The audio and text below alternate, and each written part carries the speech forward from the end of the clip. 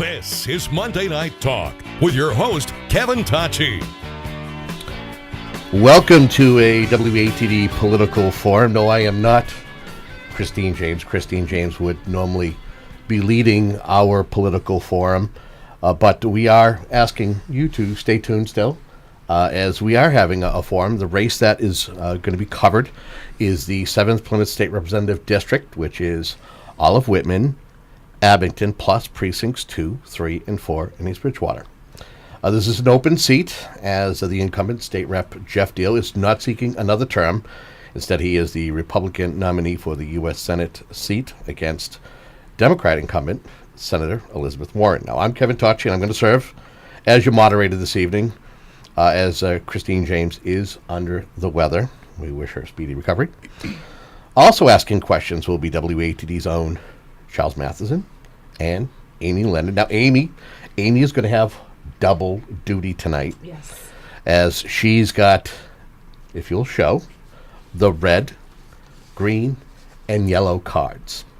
And folks are going, why are you saying show? It's radio. There's no visual medium. But you are wrong, because this forum is being videotaped courtesy of Whitman Hanson Community Access. And on camera tonight is Paul Watson. We thank WHCA and Paul for being here. Our format, it is very simple. We use the same format every time, as Christine would tell you. We have the candidates make opening and closing statements, 2-minute open, 1-minute close. Now, in between, we ask a round of questions, including the famous lightning round. That's where reporters will ask for either a 2-sentence answer or yes and no. Yes and no means yes or no without a big, long explanation. 2 sentences is just that, 2 sentences. Now, if we have time this evening, and it's possible the candidates may have an opportunity to ask each other a question or two. Now, just so you know, as I said, Amy's keeping time, and if in fact you happen to go a little bit past your time and you don't get your warning cues, there's one thing that we deploy: the bell. That means that we need you to stop. If there's anything additional that you want to say, or that you want to say in regards to something that your opponent said, that's where your closing statement comes in handy. And if you can use that time aptly to be able to give a further explanation. Now, Charles actually was able to do a little bit of work with the WATD News Koozie to help us choose the opening and closing order. And we are going to begin with the Democrat, Alex Bezanson, followed by Alyson Sullivan. So we'll start with you, Alex. If you will, 2 minutes, your opening statement, please. Thank you.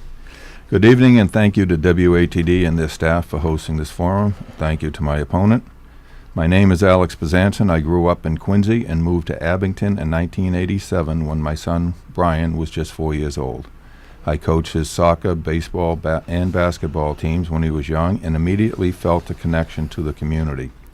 In 2002, I married my lovely wife, Lisa, and together we own a small contracting business. In the early 1990s, I was appointed to the Abington Conservation Commission and spent 23 years on that board, 15 as chairman. I then served 1 year as a water commissioner, and as a water commissioner, I proposed a policy, and it was adopted to waive all system development fees for low-income senior and veteran housing. In 2015, I was elected to the Abington Board of Selectmen, and as a selectman, I was able to reach an agreement with the City of Brockton to increase Abington sewer capacity from 1 million gallons per day to 1.5 million gallons. I was instrumental in obtaining a grant of $178,000 for a dog park. I pushed for the adoption of the stretch code, which was the last piece of the puzzle for Abington to become a green community. With that came a grant of $164,000 for energy conservation. After our own family tragedy in 2008, Lisa and I formed the HUG Foundation to help families that are going through medical issues. And we've also founded the Abington Substance Awareness Coalition to be a resource for families of addicts and to bring awareness and education to students and parents. I'm running for state representative because I know I can be an effective voice for the hardworking people of Abington, Whitman, and East Bridgewater. All right, that again was Democrat Alex Bezanson, and now with her opening statement is Alyson Sullivan, if you will, Alyson. Thank you. Good evening. Thank you, WATD. I would say, Christine, I hope you're feeling better tonight. Kevin, Charles, Amy, and Paul for hosting this forum tonight. And of course, thank you to the listeners. My name is Alyson Sullivan, and I'm running to become your next state representative in the 7th Plymouth District. I am a lifelong resident of Abington. I went to Abington Public Schools and graduated from Cardinal Spellman High School. I went on to receive my bachelor's degree in sociology from Suffolk University. I am currently in my 4th and final year at New England School of Law. After graduating from Suffolk, I had the opportunity to work for the United States Immigration Court as a legal assistant. I then took a position at the United States Attorney's Office for the District of Massachusetts in their Victim Witness Unit. I currently serve the Commonwealth of Massachusetts in the Executive Office for Administration and Finance as a legal assistant. I am running for state representative because I believe in the community I call home. I believe in public service. The 7th Plymouth District deserves a state representative who is going to be a strong, independent voice on Beacon Hill, to work alongside Governor Baker for our district's fair share of local and school aid, opposing sanctuary cities and Massachusetts becoming a sanctuary state, supporting our police officers and first responders, and tackling the opioid crisis and securing additional funding for treatment programs. I am committed to working with others to solve the horrible opioid crisis. Sadly, too many young people have lost their lives and too many families have suffered. We can and must do better. My life experiences will serve me well to be the new voice for the people of Abington, East Bridgewater, and Whitman. I ask the residents of the 7th Plymouth District for their trust and vote on November 6th. Thank you. Okay, that was Alyson Sullivan, and now we go to questions, and we start with WATD's Charles Mathewson. Questions for the candidates. Good evening, folks. A new UN report that's making news today says the world economy will be destroyed by climate change within 12 years. The Baker administration has maintained restrictions on solar energy.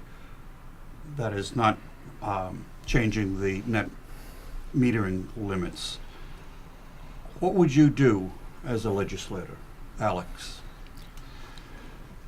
Well, one of my businesses I have is Mathewson Energy Solutions, and it's a struggling small business. We've been trying to get it off the ground for several years, and part of the problem with getting it off the ground is the ever-changing solar SRECs and net metering. I'm a strong proponent of renewable energy, whether it's the Cape Wind or solar, and I would absolutely be pushing for more solar.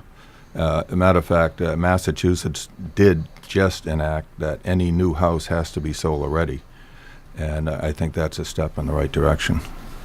Alyson, as a legislator, what would you do to decrease carbon emissions? Thank you, Charles, for that question.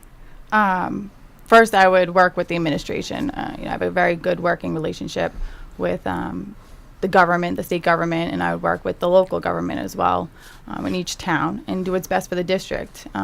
If it's that we empower more solar panels being in place, then that's what I'll do. I mean, I would have to do more research in the solar energy and what it would bring, but obviously what's, for the world, for the earth, it would be nice.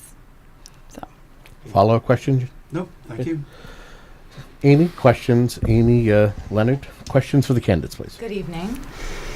Alex Bezanson, I understand when trying to schedule this forum, the possibility of recording on a Sunday to air during this time slot was discussed, to which you replied, "I'm not going to waste my time in your studio on a Sunday." Can you explain? I don't know if I said exactly those words. I said that on Sundays we had canvassing scheduled, and the weekends are the best times to be out knocking on doors and meeting the voters. All right. And Alyson, I remember scheduling the primary forums with you, and there was also some scheduling conflicts. Can you explain?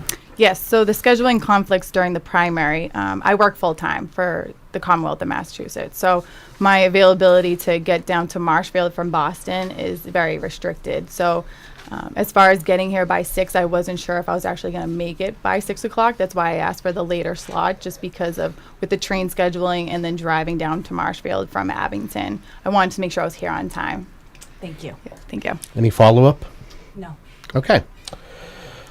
We'll start with you, Alex. You're the one candidate with election experience in this race. How does municipal experience help you to be able to connect with the voters as a freshman legislator? Well, I think my experience, my 27 years of experience volunteering for the town of Abington, whether it's on the Conservation Commission or Water Commissioner or as a selectman, has taught me about the municipal budgets, about the needs of the towns, and I think that's what prepares me to be ready to be an advocate for the people of this district on day one. Okay. Alyson, this is your first run for office, but you tout that public service is in your blood. How does the zest to serve the public translate into results as a freshman legislator? I mean, public service is in my blood, from my grandparents that served in their military. My sister is a veteran in the military. My father, years and years of public service, great reputation on behalf of my father. So as far as what I would do as a freshman legislative later, even without, previous public service, which I would beg to differ that I do have public service that I've already served on. As a teenager, I volunteered at the Dare Summer program at the District Attorney's Office. I also volunteered in the District Attorney's Office as a victim witness advocate during college. I also served at the U.S. Attorney's Office as a victim witness advocate. So I think I've given, in my professional life, advocacy as well. And then also with, customer service, working as a, Dunkin' Donuts girl serving coffee or as a waitress in a restaurant. Customer service is a big key for public service as a state representative as well. Okay. Charles Mathewson, questions for the candidates. And One of the topics that we've discussed a lot in these forums this year is affordable housing, the 40B law in Massachusetts. It always seems to turn into a battle between cities and towns. What changes would you support as a state legislator to 40B? Alex? Well, I think the 40B program is a necessary program, so the cities and towns do reach their 10%. I know Abington is below that. I do have a problem, though. I think there needs to be more oversight on that. I don't think developers should be using that so much to their advantage just to get their projects approved. I know in Abington, they have to go to the zoning board, they have to go to Conservation Commission and selectmen. But I just think the law might need to be tweaked somewhat in order to give the cities and towns more power, and so they say, not rammed down their throat, which it is sometimes. I mean, we haven't seen that in Abington, but I've heard about that in other towns. I think it should be reviewed. It's an older law, and I think it should be reviewed. Okay, Alyson, what about 40B? So my understanding of a 40B is that it was enacted almost 50 years ago. It was, the last time that anybody looked at it was about 10 years ago. So I think that, as a legislator, we should take a look into it and look at unintended consequences as far as 40B. I'd have to do more research on where we could change and what we could change.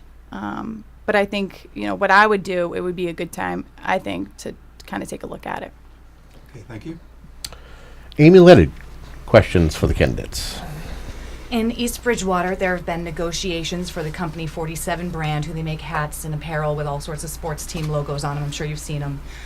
Who they to move their operations into the former Shaw's warehouse on Laurel Street.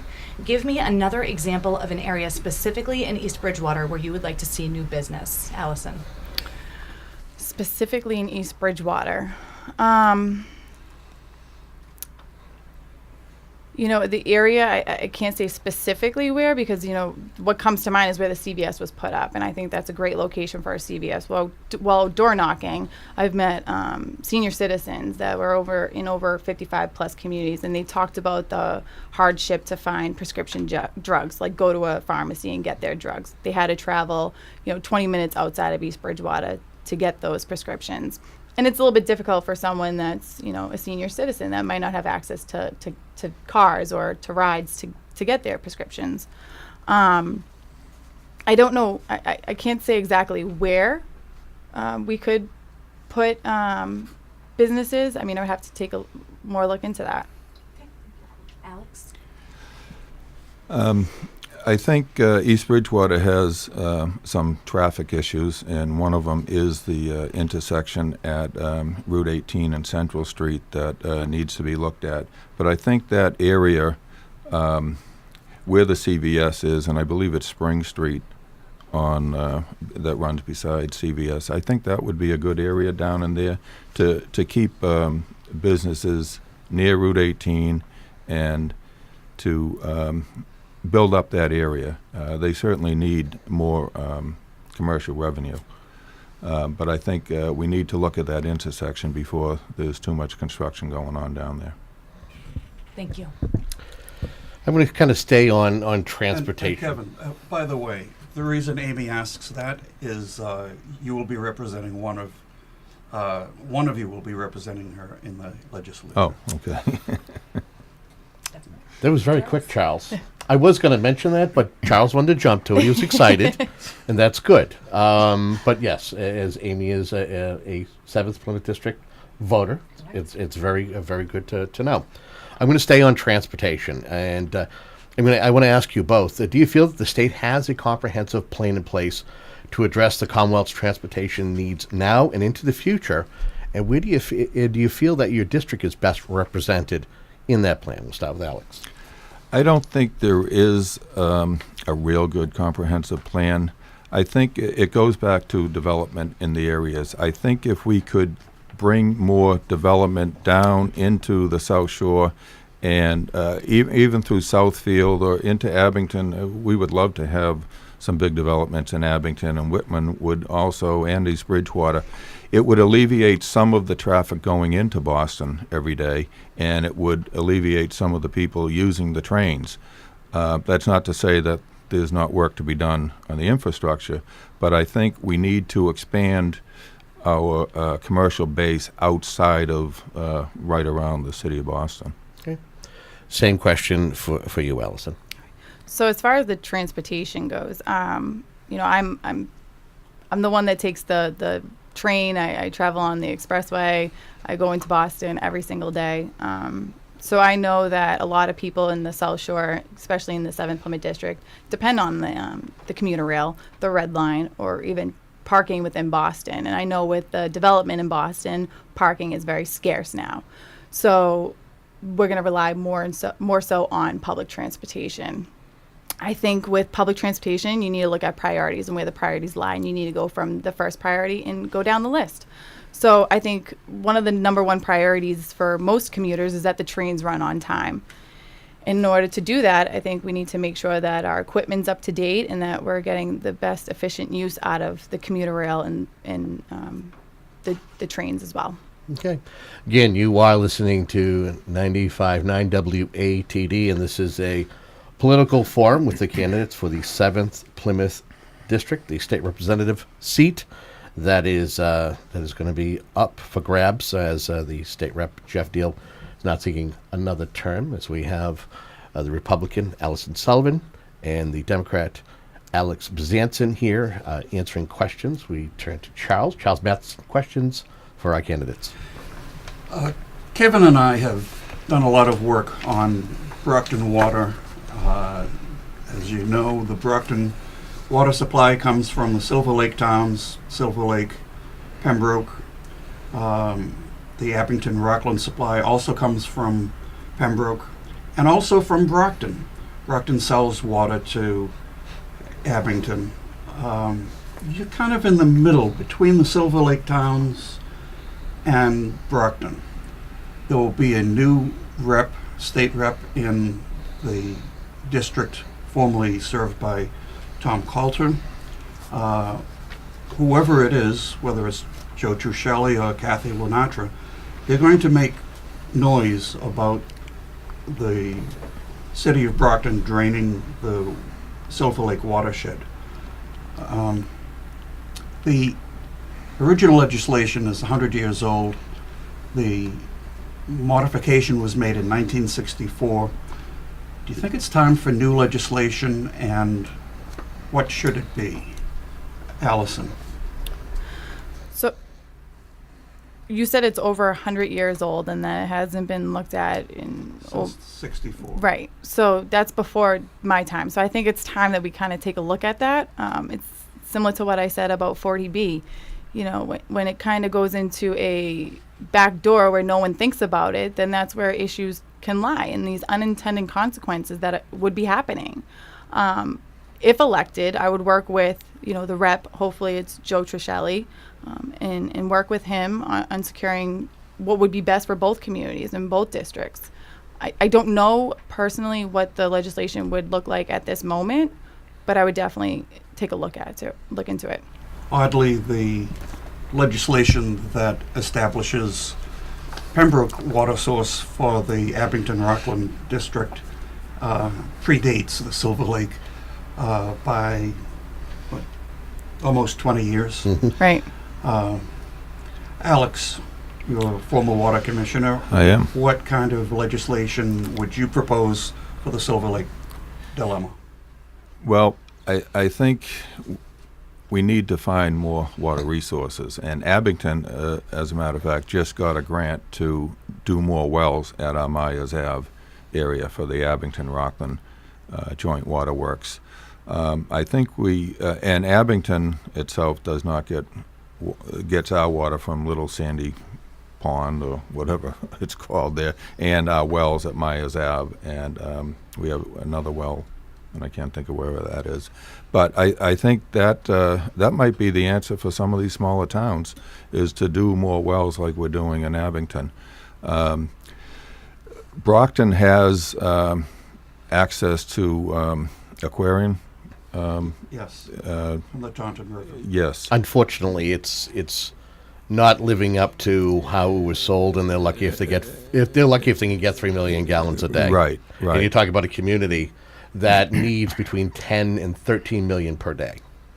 But it's definitely a help, and we could look into more plants like that, I think.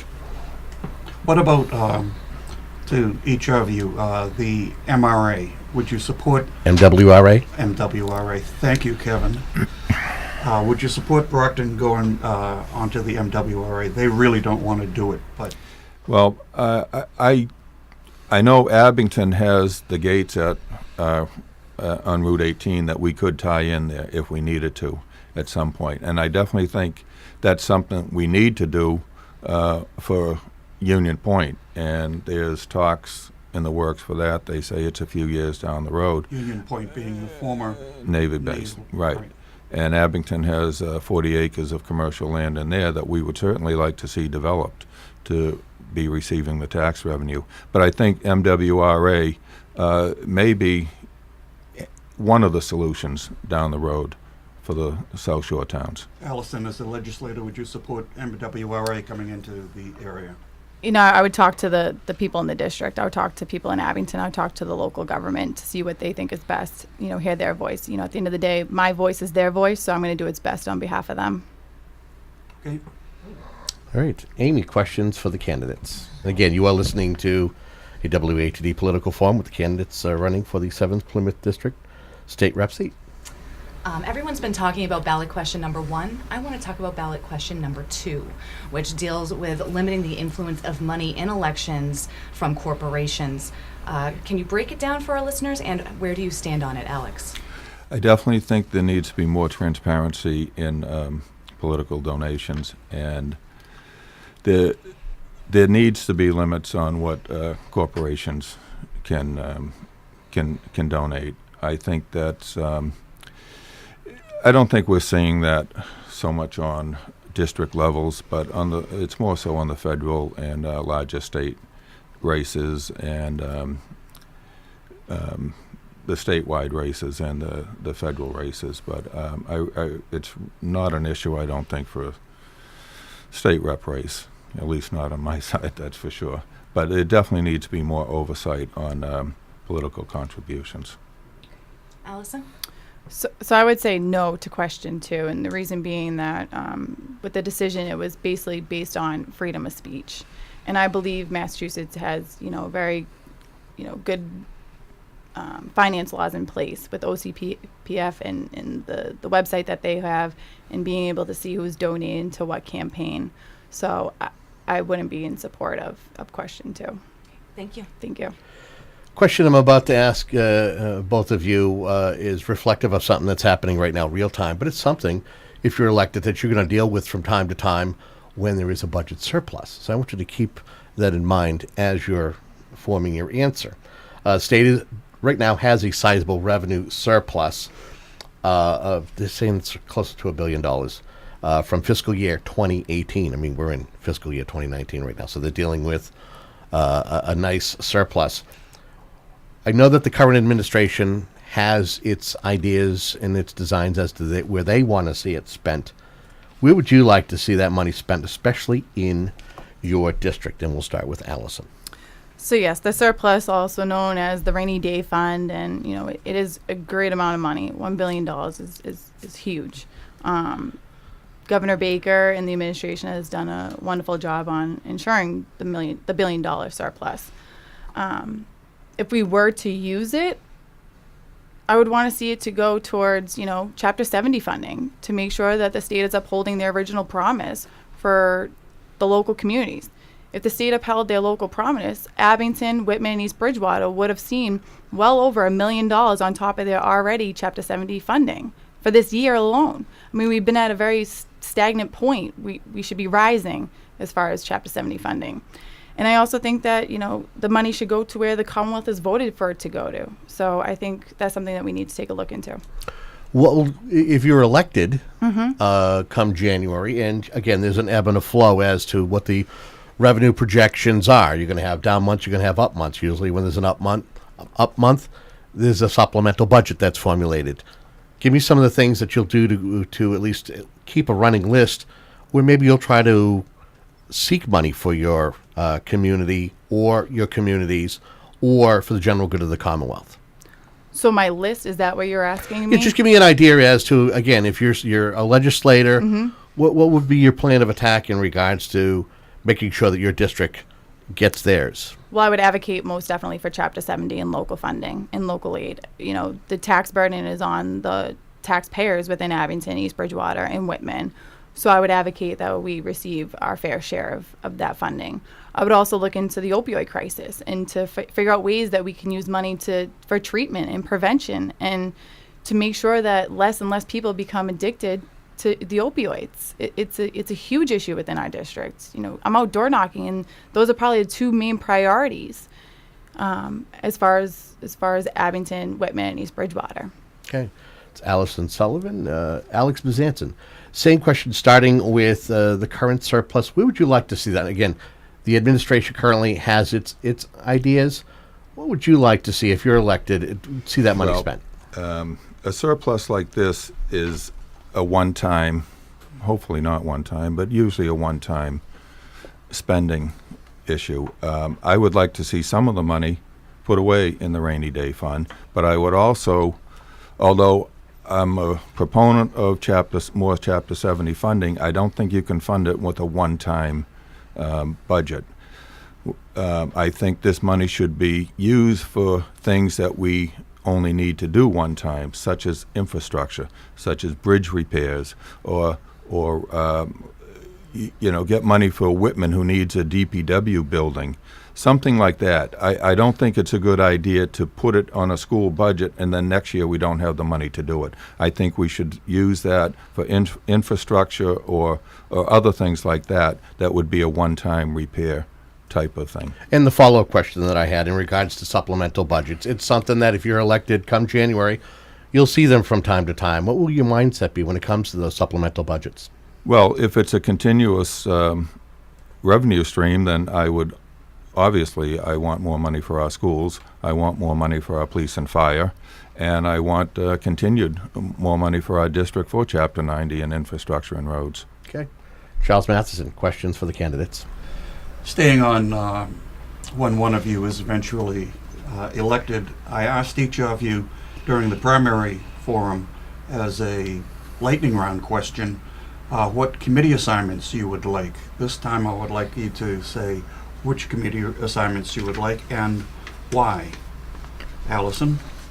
So many definitely come to mind. One is obviously Ways and Means because it has to do with the budget. So obviously when I'm sitting here talking about Chapter 70 funding and local aid, it's one of the biggest proponents to our budget.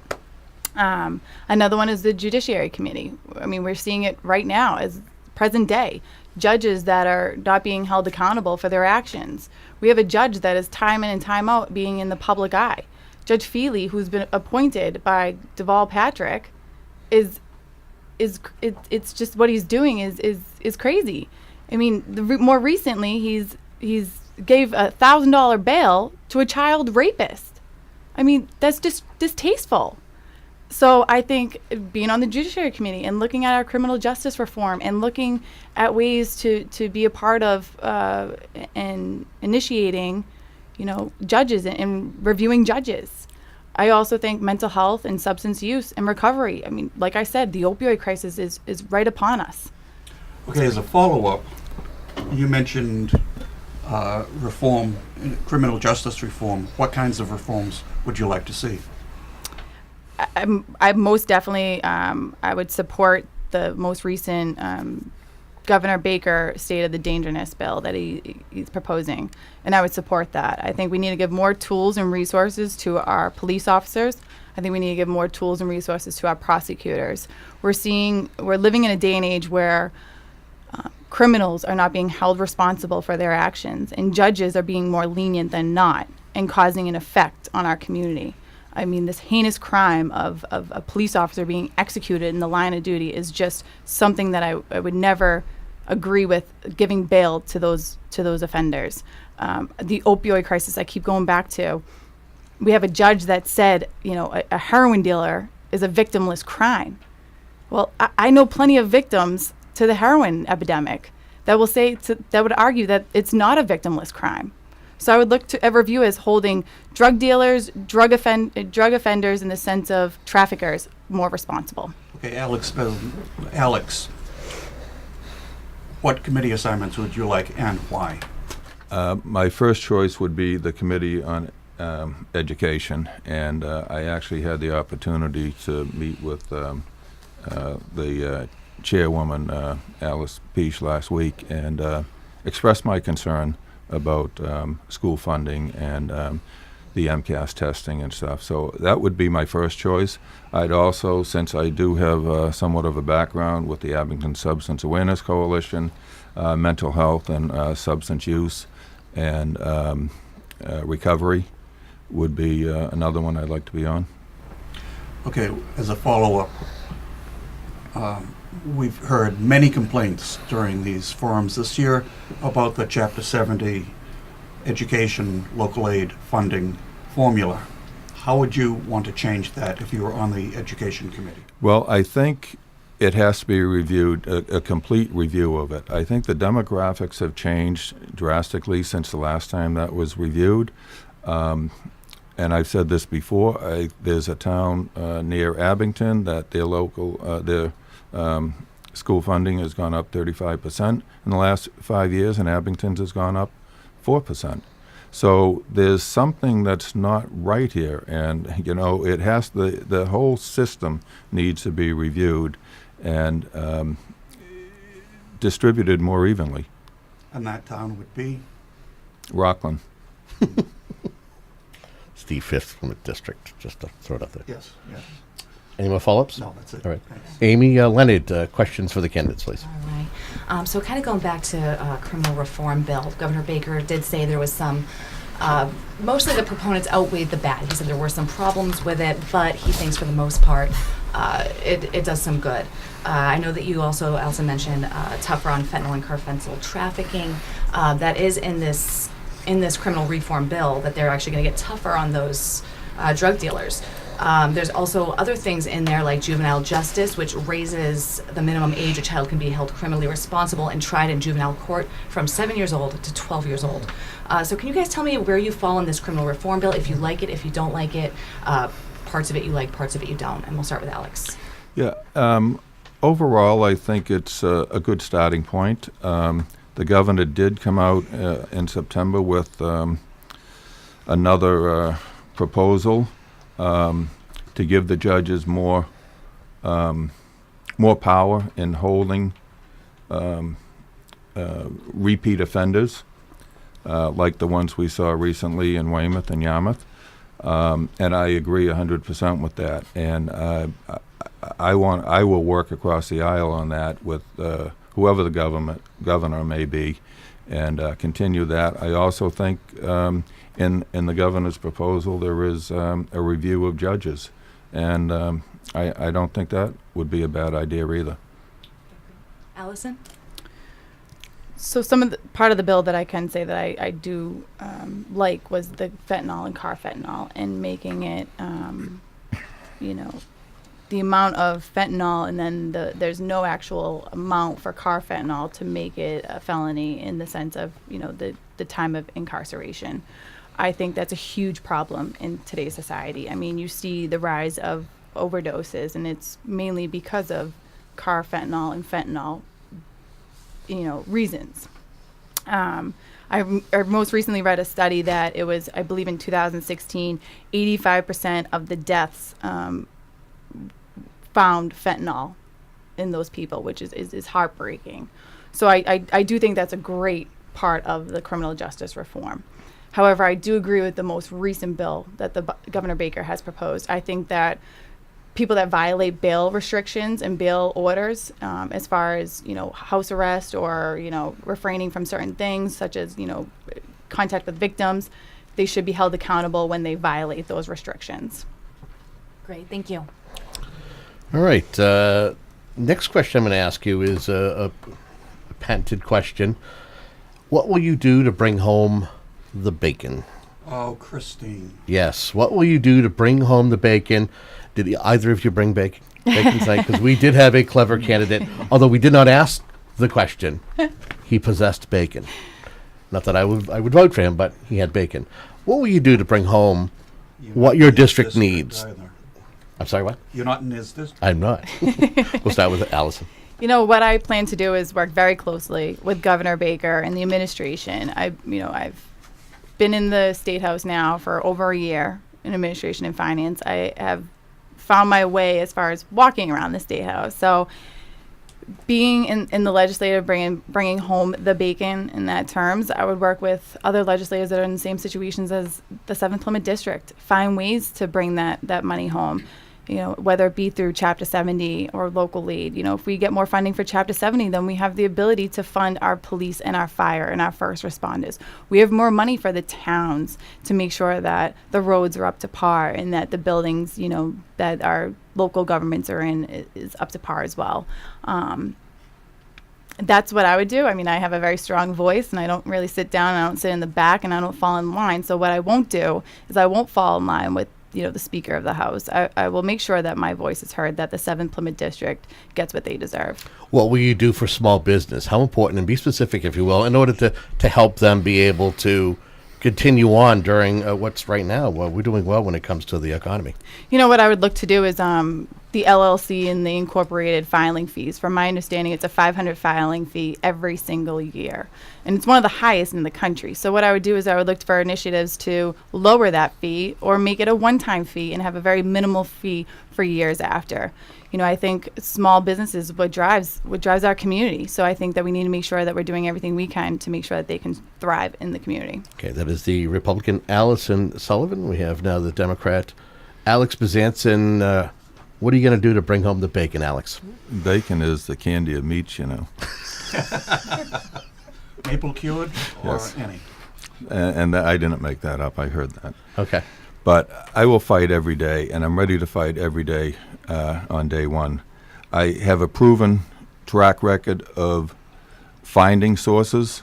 I was instrumental in the dog park, $178,000 for that, and getting a $164,000 grant for green communities. There are programs out there that I would be working closely with our town officials to whatever they need in order to get some of these programs. How about for businesses, small businesses? What would you Well- try to do to help them? Well, one of the problems with a small business is too much paperwork, and I am a small business owner, and if I'm not out working on a job, I'm not making any money. And there are a lot of small mom and pop operations that are LLCs or S corporations, and part of the problem is remembering, and we do get emails, but things happen and you don't file your annual report, then you get penalized. The fees for an LLC, $500 per year. I would like to see maybe an automatic renewal every year, obviously opt into it, but an automatic renewal and send an email that it's been deducted from your account. I just think it would be easier for small businesses, and I would be in favor of waiving the fees for any small business under 10 employees. Again, you are listening to 95.9 WATD here in Marshfield, Massachusetts, and you're listening to a live political forum with the two candidates that are seeking your vote in the 7th Plymouth District State Rep for the State Rep seat, which is all of Whitman, Abington, and precincts 2, 3, and 4 in East Bridgewater. I think we have time for another question before we'll let them ask each other a question. Charles, do you have one last question? Yes, as we begin to wrap up, a cultural question. Many people are obsessed by the divisions in Washington. If you were running for Congress, not the State House, what would you propose to mend those divisions, Alex? Well, first of all, I'm not running for Congress, and I never will run for Congress. Okay. We understand that. This is a hypothetical. But if I were, speaking of Congress, one of my mentors is our Congressman Stephen Lynch, and I think Stephen Lynch is somebody that tries to get along with both sides, tries to make the best decisions, and I think we need more people like Stephen Lynch. We need more moderates in there that are willing to work with both sides. And it's not Democrats, it's not Republicans, it's both. That we both have our extremes. And it seems like the extremes are the ones that are being heard. And I honestly believe most people in this country are right about in the middle, a little to the right, a little to the left.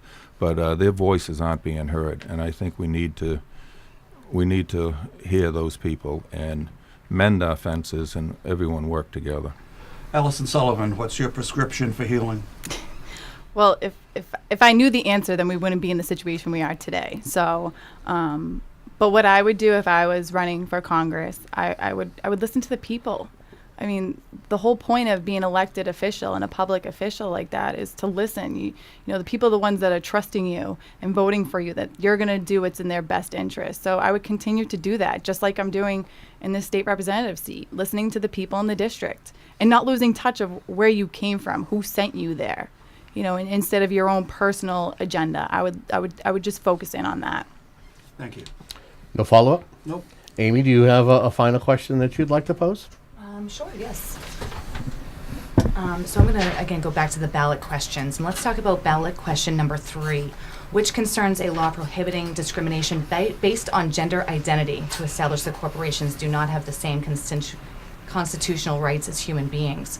Where do you guys fall on ballot question number 3, Alyson? So I believe everybody deserves to be protected. I don't believe anybody should be discriminated against, you know, whether you're female, male, white, black, Asian, you know, it should never matter your gender identity or not. I think that as human beings, we should be respected and protected.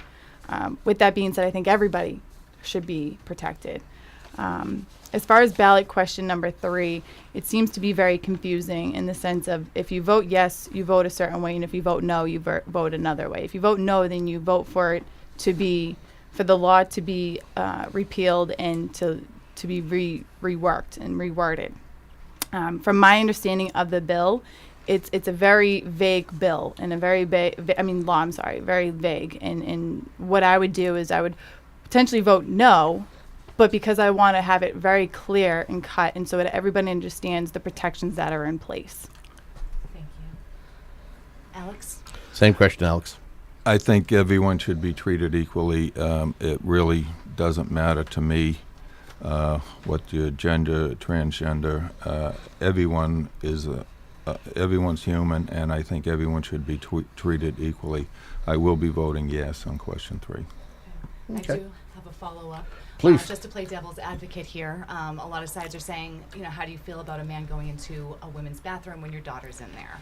Alex? Well, that's the argument, but I haven't heard about any of that so far, and that was the big argument a couple of years ago when this bill was being passed, and I haven't heard of any of that, and I don't think that's a mass problem in the state or the country. Alyson? So if we're being clear, I want to make sure that we're talking about a man that identifies as a woman. Or vice versa, but Right. correct, yes. In the bathroom where they identify as. I think they should be able to use a bathroom if that's where they identify, if that's how they carry themselves in public, if that's how they are every single day. If they identify as that gender, then that's the bathroom they should be able to use. Where people worry in this whole idea is that a man will say that they identify as a woman. They don't have to look like a woman. They don't have to dress as a woman. They just have to say they identify as a woman. And the fear is that predators, even though it has not happened, thank God, because at the end of the day, we all worry about children and innocent children being victimized in any form. But the fear is that a man who's a predator or a female that's a predator would identify as that gender to prey on an innocent child. So. Thank you. All right. This is your opportunity to ask each other a question. We'll start with Alyson. I think you answered the last question first, so we'll let Alyson. Do you have a question for Mr. Bezanson? Okay. So you claim that your support of union bosses, and you have been a contractor for over 20 years. When you pay your employees, do you pay them union wages? On certain jobs I have, yes. But because my company, well, actually right now, just for your information, my employees are myself and my wife. But at one point I did have a larger workforce, 13, 15 people, and did some projects for the Brockton Housing Authority. And yes, we were paying prevailing wage. Okay. Mr. Bezanson, do you have a question for Ms. Sullivan? I'm interested in what would be one of the first bills that you would propose if you were elected. One of the first bills that I propose is to fully fund schools, to uphold the promise that Massachusetts originally made, almost 30 years ago, to make sure that our schools are being fully funded and that our children are receiving the most adequate education. Great. Thank you. Okay. Let's do lightning round. Charles, do you have a lightning round question for the two candidates? Well, I have 2. Okay. Would you have voted yes or no for Brett Kavanaugh, Alex? I would vote no. Alyson? Yes. I think you had 2. And Well, in time. Oh, okay. Kevin. should the death penalty be brought back, Alex? In certain cases, yes. Alyson? Yes, I believe we should bring it back for certain crimes.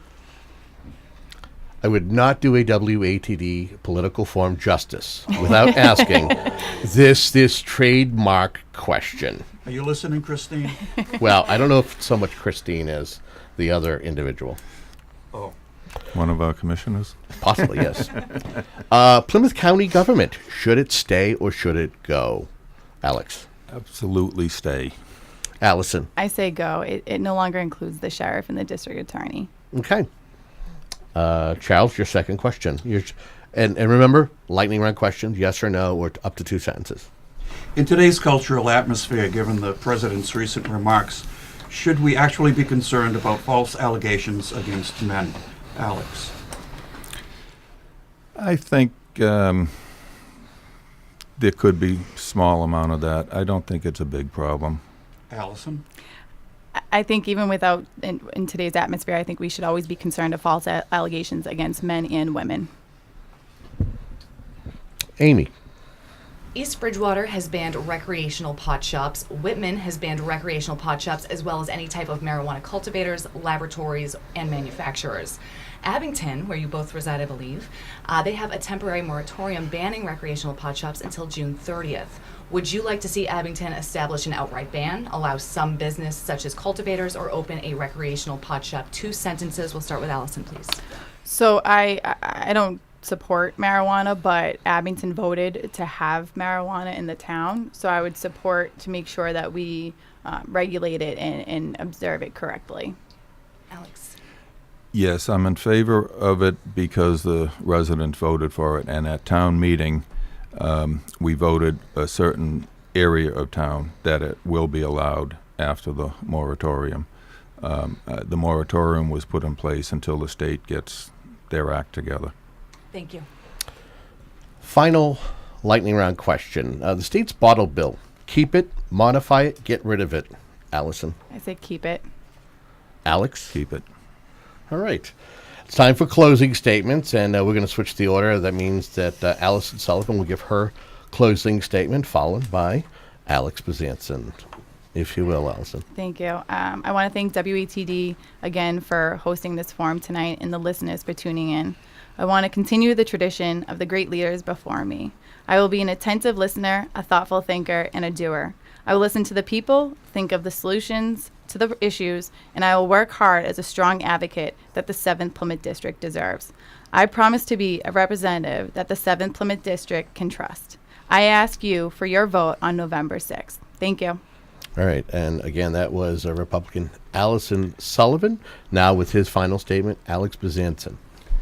Again, thank you to WATD for the opportunity, and to the people of Abington, Whitman, and East Bridgewater. This election is a very important election for our district. This election is more than just Democrat versus Republican. This election is about who you can mostly relate to, who understands what this district needs, and who can deliver. I think when you evaluate both candidates, you will see that I am the candidate that you mostly relate to. I am the only candidate in this race that has any municipal and government experience. I have a proven track record when it comes to getting things accomplished. I am the best candidate for this office, and I think that's backed up by my numerous endorsements that I've received from unions, elected officials, and former elected officials. I am a true working man. I know what it's like to lace up the work boots every morning. I will be your full-time state representative. I will maintain a district office, and I will be accessible to all the people of the 7th Plymouth District. I urge you to make your voices heard and vote for me, Alex Bezanson, on November 6th. Thank you. Thank you, both to Alex and to Alyson. You have been listening to the 7th Plymouth District State Representative Forum, which is Whitman. With the 7th Plymouth District itself is all of Whitman and Abington, plus precincts 2, 3, and 4 in East Bridgewater. And your candidates who you heard here this evening, Democrat Alex Bezanson and Republican Alyson Sullivan. Remember, the general election is the first Tuesday in November, which is November 6th. Tonight's forum will be up online before the end of the night, and tomorrow morning there will be select cuts from this forum, and WATD will be covering this race on election night. And again, we appreciate Alex and Alyson for being a part of this forum, not only the audio side, but also the visual side of this. And asking questions with the tonight was WATD's Charles Mathewson and Amy Leonard. Great job, guys, especially Amy, who also did double duty, doing timekeeping on top of asking some good questions. And this forum, videotaped by Whitman Enhanced Community Access. Thank you to WHCA and their cameraman, Paul Watson, for their participation. Remember, get out there and vote. If you don't vote, You don't have a voice. well, that was so clever. but they are so right. You don't have a voice. So more Monday Night Talk coming up in just a moment, as we have Suzanne Wright Thomas, who is a representative from the Mass Nurses Association, to discuss ballot question number 1. You are listening to 95.9 WATD.